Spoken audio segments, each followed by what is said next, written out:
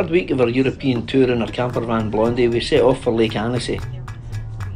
We drove east from Clermont-Ferrand through several tunnels and on towards the Alps. On arrival at Les Rives du Lac, we were advised by the campsite owner that they had given us the best pitch in the site. They weren't wrong and the pitch location was beautiful. If anyone's interested, it was pitch 41 at the Les Rives du Lac campsite. This was our view, and it was arguably the prettiest place we stayed during our 4-week adventure. It was a lovely wee campsite with direct access to a small beach in the lake. The views were just spectacular in all directions, and it was a beautiful place to just sit for 10 minutes and chill out. These guys were occasional visitors, especially around breakfast time.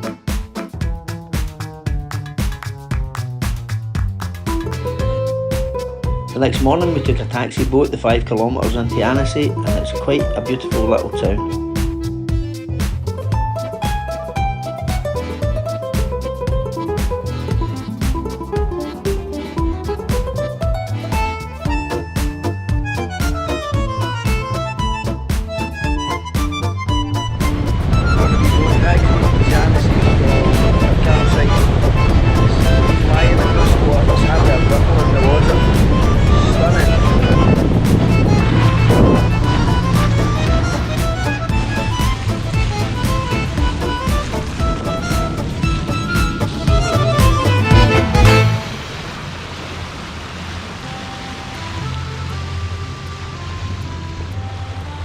We were dropped off in the old town, which has an almost medieval feel to it.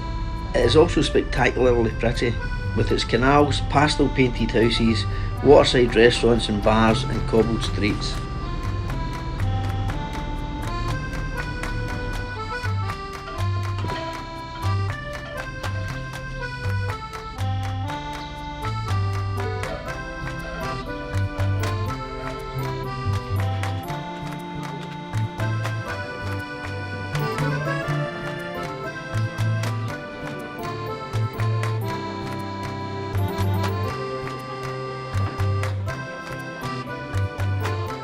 After a beer in the Café des Arts, we had a wander round the cobbled streets of the market.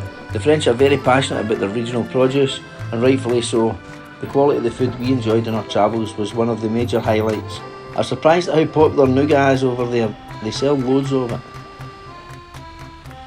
If you're enjoying this video, please consider subscribing to my channel. I've now passed 600 subscribers, and I'd like to thank each and every one of you for doing so. This isn't too shabby. Not feeling great, but I just napped out for some messages, so hopefully I'll get on this tomorrow.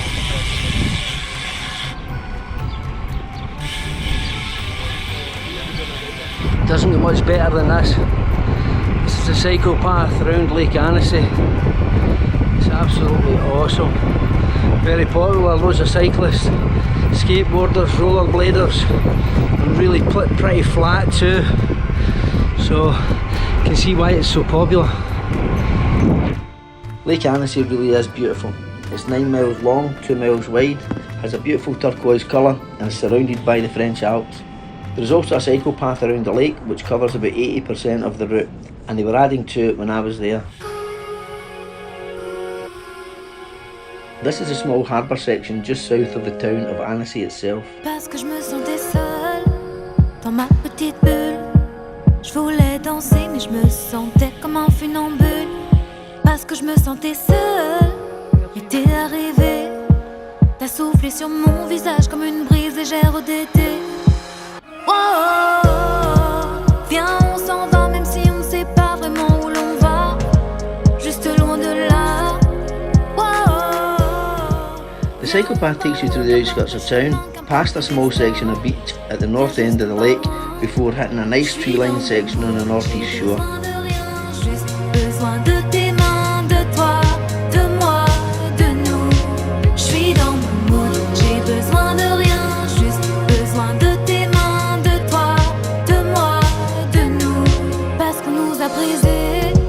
Mais on s'est trouvé comme si nos larmes par nos fous rires étaient effacées.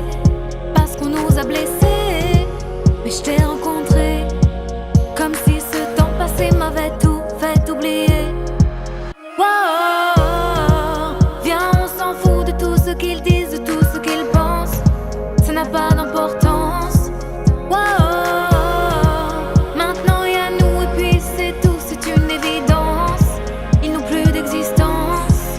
suis dans mon mood, j'ai besoin de rien, juste besoin de tes mains, de toi, de moi, de nous. Je suis dans mon mood, j'ai besoin de rien, juste besoin de tes mains, de toi. There are a few small sections of road towards the southeastern corner of the lake, but it's not long before you're back cycling along the shoreline. Tes mains, de toi, de moi, de nous. Je suis dans mon mood, j'ai besoin de rien, juste besoin de tes mains, de toi. This guy was foilboarding in the lake and being towed by a guy on an e-bike.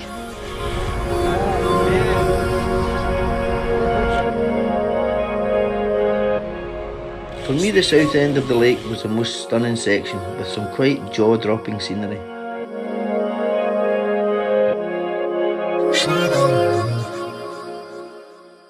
I really enjoyed cycling around Lake Annecy. It's a beautiful place, and I've already suggested to the lads that we should consider going there next year for our cycling holiday rather than going back to Mallorca again. The lake is completely surrounded by mountains on all sides, and cycling round it you almost end up suffering from scenery overload. It's undoubtedly the prettiest cyclepath I've ever cycled.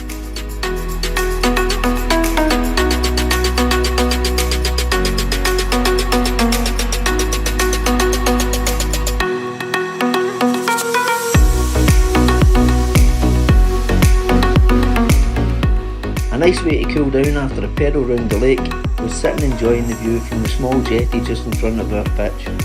The temperature of the water was around 24 degrees and it was lovely and refreshing to dip your feet in it.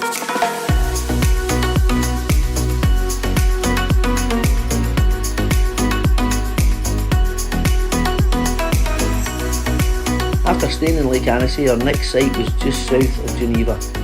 By this point, Europe was in the middle of a pretty serious heatwave and we had to buy a fan to try and cool the van down a bit. We took the bus for our first trip into Geneva. This Jack Anquetil bike must have been produced around the 1970s or so, and it caught my eye. Geneva is another quite beautiful city. It's very green with some lovely parks, and we were delighted to stumble across a street food festival.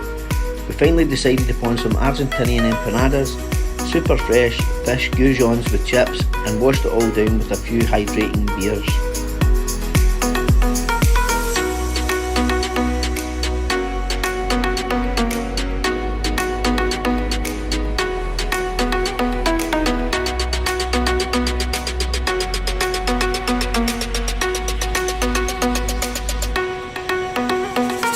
The next day I cycled into Geneva and made a beeline for the Jet d'eau.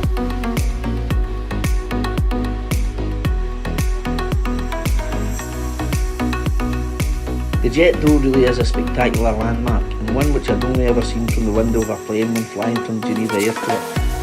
The jet itself is produced by a 1000 kilowatt motor which fires 500 litres of water per second at 200 km per hour to a height of 140 metres.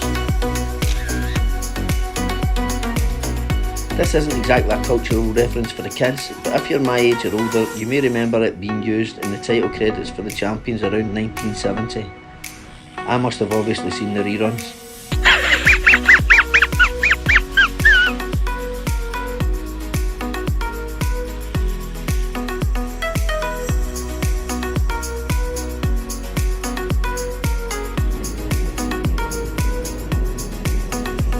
The campsite had a nice pool, and a wee swim was a lovely way to try to cool down a bit.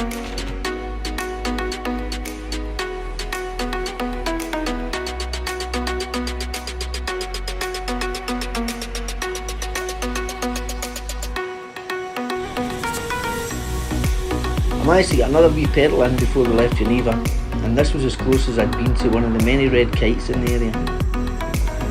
It was still bakingly hot, around the 40-degree mark, and I kept my cycles down to around the 2-hour mark.